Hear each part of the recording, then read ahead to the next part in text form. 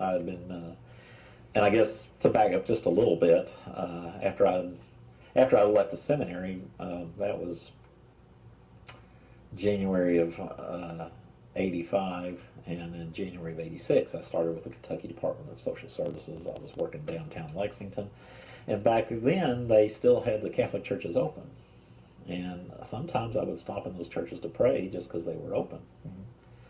And I would sense the Lord's presence there in a way I never sensed it anywhere before, or anywhere else. And I was like, what is that?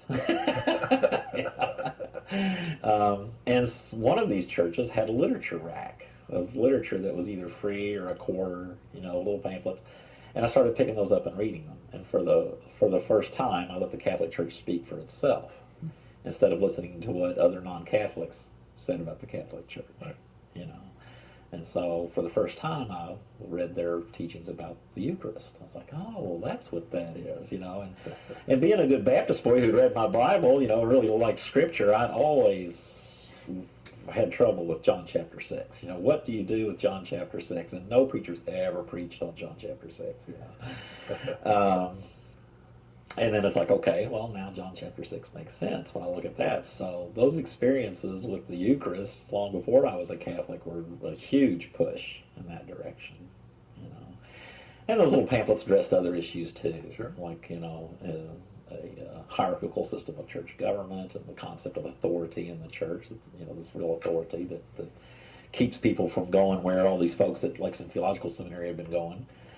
That's that role of sacred tradition, Our Lady, various devotions. Communion of the Saints, I'm sure, was a big issue. It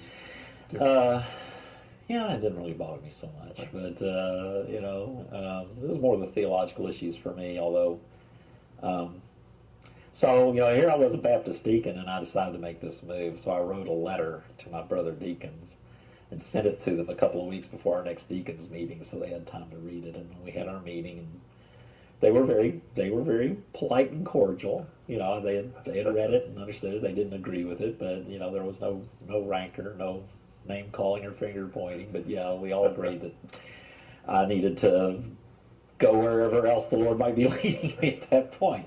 So we started going to St. Luke's Catholic Church in Nicholasville, and